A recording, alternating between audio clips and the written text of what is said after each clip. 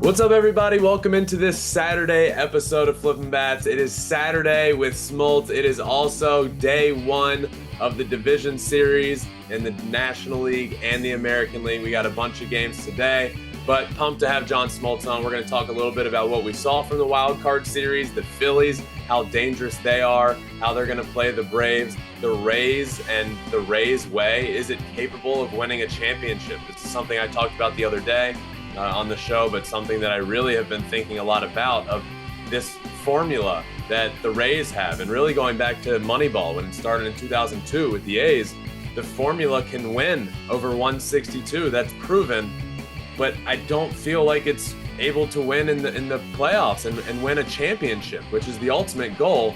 And I think the Rays just continue to prove that this year, but going to ask John Smoltz about that as well and what he thinks. And of course, José Berríos getting pulled after 3 innings, 47 pitches, was dominant out there on the mound for the Blue Jays, but ends up getting taken out against his former team.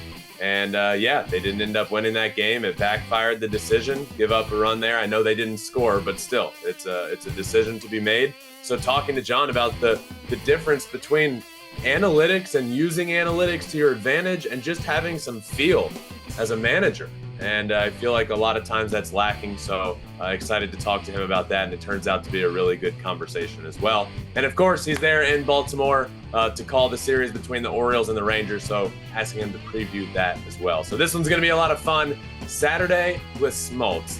Without further ado, let's welcome in the Hall of Famer now, John Smoltz.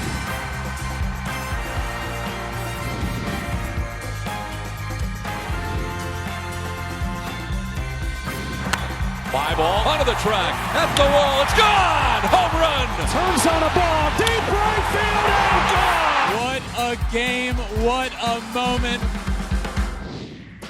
All right, and I'm pumped to welcome him in now, as I do every single week, but it's playoff time now. John, how are we doing? It's the best time of the year. Doing great. Can't wait to get it started and follow the one team at the end of the year that's going to win it all. Absolutely. We just saw the wild card series wrap up. 4 of those, they all ended in a sweep. I want to talk about the Phillies first. Are the Phillies, in your opinion, the most dangerous team that is coming out of that wild card round? Yeah, by far. They have every facet of the game. Not maybe always clicking at the same time, but they got it covered. They got a bullpen that's dynamic, an offense that can score. They've got the pitching and the starting rotation. The front 3 are pretty darn good. So they have every box checked. Now, like they did last year, if they all get hot, then you're going to see them make a long run again. But they're the most dangerous team by far. Last year's experience will help a lot. Would it shock you at all? I know Braves are the 1 seed, consensus best team in baseball heading into the playoffs, but it wouldn't shock me if the Phillies find a way to do it again and beat the Braves. I don't think that'll happen. It's not my prediction to happen, but I wouldn't be surprised if it does happen. I do believe they're that good. Yeah, this is not that big of a mismatch. On paper, it might look that way because the Braves did have a historic year. It's not the matchup you want to face this team particularly, but the Braves have to remember where their leverage and where their pressure they can put on other teams. And right now, we've talked about this before, the week off is going to be the one thing everybody talks about. If the Braves flex their muscles offensively, they're going to be tough to beat, and it starts with Acuna. But they have some question marks in their starting rotation, and that's really going to be kind of the storyline. If they don't move on, it's because they did not have the starting pitchers in lined up in a way and obviously hitting on all cylinders. Yeah, another one of those wild card series teams I want to talk about, the Rays. Rangers end up beating them quite handily. Rays are heading home after a good year. Didn't end up winning the AL East, but just because of how good the Orioles were. Look, I want to talk about the Rays for a second, and the Rays way, if you will, is analytics, not spending a ton of money on players or not having a high payroll, and analytically just doing things differently and better than a lot of other organizations. But when I step back, I can't help but think that works in the regular season. But when you get to the postseason, when has the Moneyball analytics ball. When has it worked? It didn't work for the A's. They didn't win a World Series. It's not working for the Rays. They can't win a championship.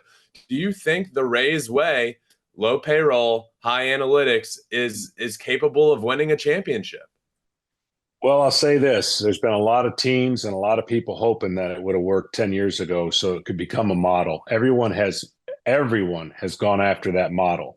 Since Moneyball to now, everyone has tried to prove why they have a 2% better chance of winning than the next team. And in 162 games, there are certain things that are hard to argue. The Rays have been the outlier in 162 games. They have proven that they can take whatever they seek or go after and win. Where it shows up, and it has always shown up in this way. This is not a statement of anti-analytics. This is just truth and facts. I mean, it is a different time in the postseason. You can't just stick anybody in there, and you can't go on those models that work for 162. When I look, and I kind of laugh because people think I'm old school and I'm stuck in the I'm not. I love innovation. I love change. I love different way of thinking. But the one thing that takes a back seat to all of this is eyes, feel, touch, managers. Those are all important components to win in the postseason. You do not have the scope of 162 in your favor for 3 out of 5. You just don't. And there are measurable things that you can't measure at this time of the year. You know what works? A starter that goes 7 innings, the high probability of winning is through the roof. If you got offensively to put the ball in play, it goes through the roof. There are certain things that in the postseason matter. We've tried to discount them as an industry, and they show up every single time at this time of the year. Absolutely. And I think that leads well into the next thing I wanted to ask you about, which is José Berríos the other day getting taken out of the game. 3 scoreless innings, threw 47 pitches, was looking really good out on the mound. And in the regular season, he's continuing to go out there for probably at least double the innings. But instead, John Schneider goes out there, whether it was his decision or not, I don't know. I know a lot of these decisions come from the front office. But, I mean, John, how do we handle this analytics movement, but analytics versus having some feel? I just feel like sometimes when the playoffs start, the panic button gets pushed, and next thing you know, it's all analytics. It's what the numbers say, and then you lose the confidence of your players, you lose the confidence of the fans, and it just seems like all hell breaks loose when you get to the playoffs. Well, certain managers don't get fired if they follow their directions, and most of the times those teams don't go on to win. And I've seen it. I've been doing now, it's my 9th postseason. And what I see in my experience of playing and having this thing right before me, it is pretty obvious that it has a trickle-down effect on your ball club. You know what people aren't going to tell you?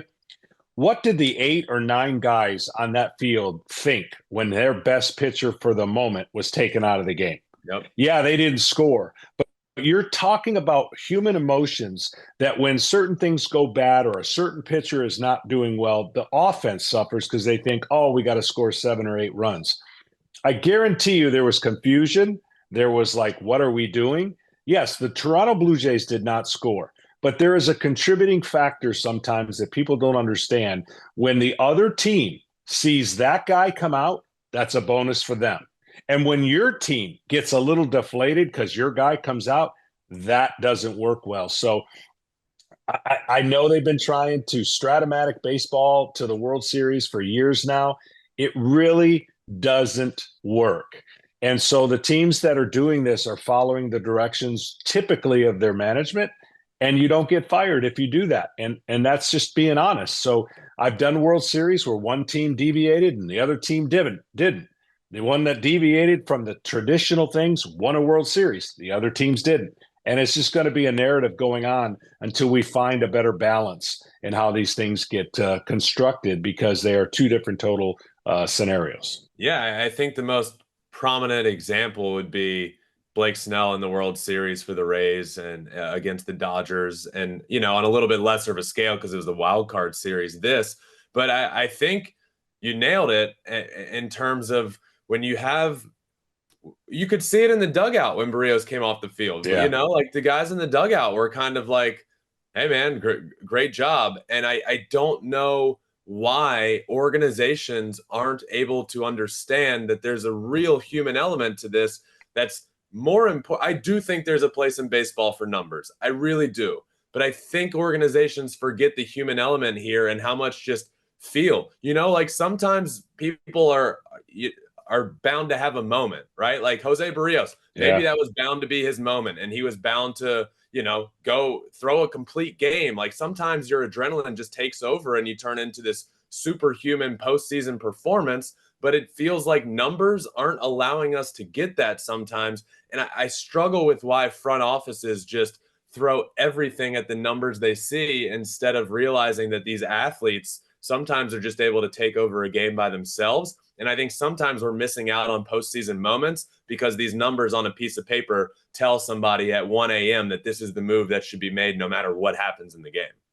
Yeah, trust me, on paper, these things look great. They really do. When you articulate the numbers and spit them out, they look great on paper. And if it was totally played on paper, I'm sure this thing would work. Here's what I've been saying for years. There's 25 heartbeats in 26 in a locker room. They don't know how to measure. Analytics can't measure the nervousness, the anxiety, the guy who's more aggressive, the guy who's more passive, the slow heartbeat, the fast heartbeat. That has to be a contributing factor. You find out a lot about teams and players when we get to this time of the year. And then my favorite, analytical, there's no such thing as clutch, I've heard. It's a random act that gets reproduced. So there's a bevy of things that are good and a bevy of things that you could just throw away when it comes to the postseason. And I think of the teams that balance it and have a manager to trust and let him, like a Dusty Baker, even A.J. Hinch back in the day, there are people that veered away from the analytical way and it won them championships. So we're going to find out. And I think the storylines are going to be consistent in this year's postseason. The team that gets the best pitching and hitting usually goes on, and the team that trusts that guy on the mound to have that moment, to be that stud, to get paid for what he does, those are moments and those are trends that usually work out in the favor of the clubs. Yep. And you know what else analytics can't put a finger on exactly is how many times Yusei Kikuchi has had to come in a game in relief in the fourth inning in his career and something that he's not comfortable doing. Numbers don't tell you that. It just tells you the pitcher he is and who he can get out and how well he does that. But there's a lot of things it's missing that we just overlook for the sake of numbers. John, you're in Baltimore for this series, the Orioles against the Rangers. Talk to me about this series real quick and what you're excited for and looking forward to with these two teams.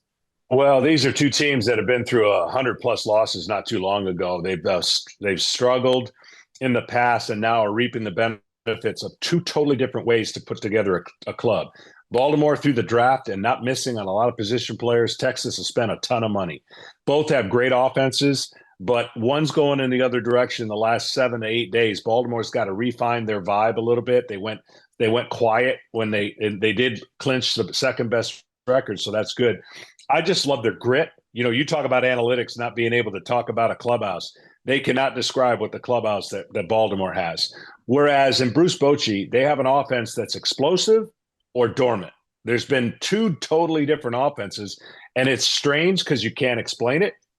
They lead the world in every offensive category, but then they went absolutely quiet at the wrong time against Seattle. They went from winning a division to having to fly to Tampa, and give them credit. They seem to bounce back. They have been dead about 12 different times during the year, and they bounce back and go on these little runs. So that's the management, the confident in Bruce Bochy. This is going to be a very, very great series. I wish it was best of 7, but it's going to be best of 5, and obviously game 1's very important.